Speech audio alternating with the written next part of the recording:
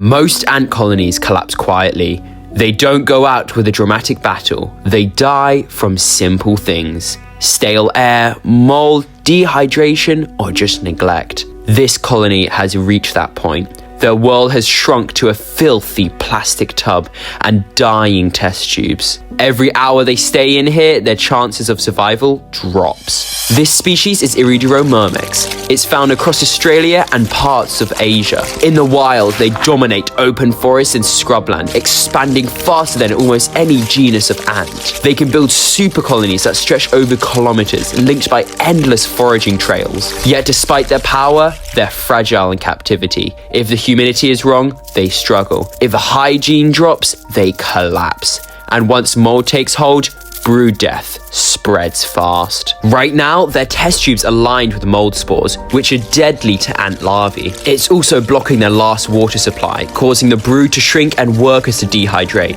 Without a move, this colony will be gone in days. I want to give them a chance, a home that is suitable for all of their needs. So to save them, I need to give them a proper setup. The TikiNest will become their new home, and this outworld will give them a safe space to forage. Iridomyrmex are fast-moving, escape-prone and opportunistic, so every part of this has to be controlled. For this rescue, I'll need the TikiAnts nest and outworld, fresh water, a pipette for nest hydration, cotton wool, and fluon to create an escape barrier. And, of course, the colony. Before anything else, I need to paint fluon around the inside rim of the outworld. Fluon is a Teflon-based barrier that ants physically cannot climb across because it breaks the grip of their tarsal claws. Without this, Iridomyrmex would be out and across the room within seconds.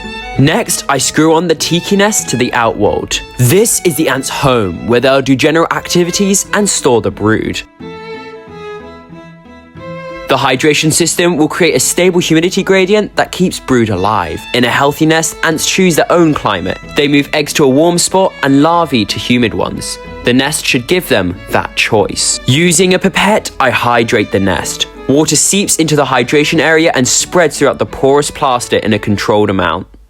Most ant species need around 40 to 60% humidity around their brood, but Iridomyrmex prefers slightly dry conditions because they're adapted to heat. The gradient inside this nest will give them exactly that. Now I face the colony. This part is never easy. The test tubes are stained, the cotton is blackened, and the workers are clustered around the last remaining brood. They know something is wrong. They can smell the mold, but they are trapped with it. I remove the tube and hold it over the outworld. The ants spill out in a frantic cascade, legs scrambling and mandibles biting. They spread fast, they're disorganized and carrying the scent of the old nest with them. I shake the brood loose. Every larvae is a future worker. Even pupae is stored energy. I cannot afford to leave any behind. As more workers drop, I finally see the queen. Iridomyrmex queens are sleek, built for speed even after founding in a colony. If she is injured or lost, everything ends. I tap the glass gently and she falls in, vanishing under a tide of workers who immediately surround her. They are terrified,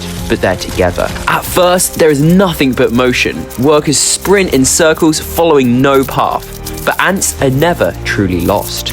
They rebuild order through pheromone signals. One scout reaches the nest entrance. She explores a chamber, returns and releases a recruitment pheromone. Instantly, more follow. Workers begin carrying brood into the nest in coordinated waves, forming living supply lines.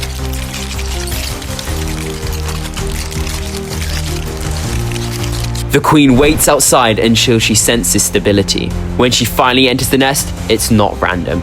Queens follow safety. Rescue is stressful, and stress kills brood, so I give them a reward.